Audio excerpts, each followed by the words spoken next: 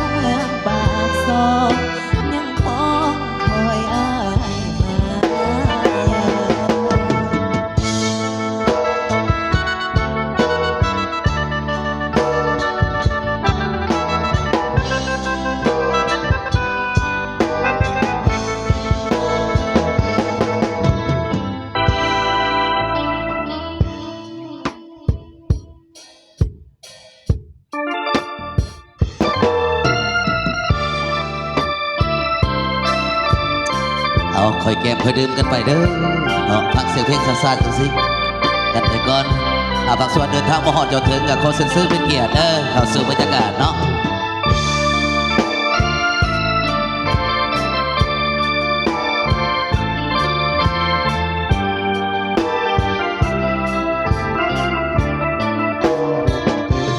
เห็นนกสีเหลืองมันบินกับพังนั่งสร้างความหวังเมื่อใดเฮาสิหวนกลับแนบปึงถึงฟ้านับผ่าแสงแดดลาลับแสงดาวส่งเลื่อมยิบยับแสงเดือนสีนวลส่องมามองฟ้าเมื่อคืนเมื่อยามเดือนงายบึงดาวประกายแนบเห็นคือเหมือนใบหน้าคือแผ่นดินลาวหูบดาววิไนถึงฟ้าแนบไปอุกใจนักหนาแนบบึงถึงฟ้า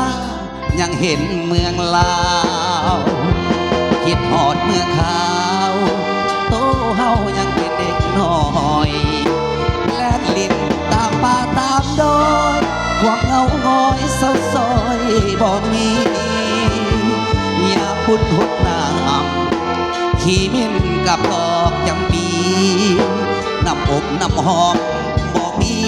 เพราะลาวเฮามีแต่น้ำใจอยากเห็นบ้านเมืองหุ่งเหืองขึ้นมาอยากเห็นภาษาสุนลาวมีความฮักใครความสามัคคีรักษาหักแผ่นดินลาวไว้เมืองลาวบ่แม่นของใครผู้ย่ามอบให้เป็นของคนลาวเพื่อนว่าถึงจะอยู่ไกลแสนไกลก็บ่ลืมเมืองลาวมอบเพลงนี้ให้บรรดาแขกที่มีเกียรติเพราะเมืองลาวเป็นถิ่นอุดมสมบูรณ์เต็มไปด้วยทรัพยากรธรรมชาติฝากต้อนให้บรรดาแขกที่มีเกียรติทุกภาคทุกส่วนเนาะคอยกลับคอยเก็บคอยดื่มฟังเสียงเพลงกันดีกันไปก่อนเนาะคิดหอดเมื่อขาวโตเฮายังเป็นเด็กน้อยและลิ้นตามป่าตามดอยค ความเหงาหงอยเศร้าซอยบ่มีอยากบุญหดน้ำขี่มิ้นกับดอกจำปีน้ำอบน้ำหอมบ่มี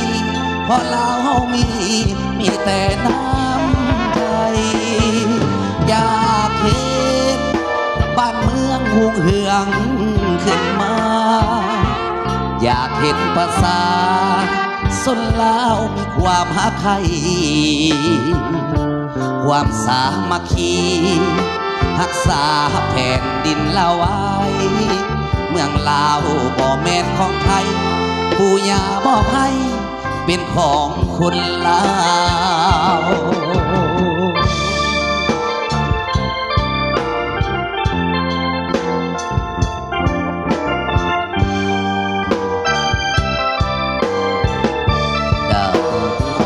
เป็นบรรยากาศเสียงเพลงสักซึ่งสองเสียงเพลงจากทั้งที่มาดนตรีนุ่มพิตภาพิไซการพิเศษอีกทีหนึ่งเด้อประธานแขกที่มีเกียรติทั้งสุภาพบุรุษและสุภาพสตรีเดินทางมหอดจนถึงการยับย่ายใส่สวยเอาเข้าสู่บรรยากาศของปุกบานมันเสือในว่าการรับประทานอาหารเที่ยงพิเศษทั้งเจ้าภาพเจ้างานเพิ่นจัดให้ทั้งหน้าด้านหน้าเวทีเขาก็ยังวางหลายพี่น้องสิยับกันเด้อพี่น้องเด้อสำหรับมาตรฐานไปแล้วเนาะเอาบันหอดบันโอบบันเอาหลายกันยินกันไปพี่น้องเนาะจะได้เสริมสร้างบรรยากาศเพื่อปิดเกียรติสิริมงคลในทั้งเจ้าภาพเนาะเอาส่วนนี้กับสำหรับเวลานาทีกับมหอจะถึงกันแล้วสถานขออนุญาตในเสื้อปิดเกียรติทั้งเจ้าภาพขึ้นกล่าวจุดประสงค์เสนอต่อประธานแขกที่มีเกียรติเนาะขออนุญาตในเสื้อปิดเกียรติ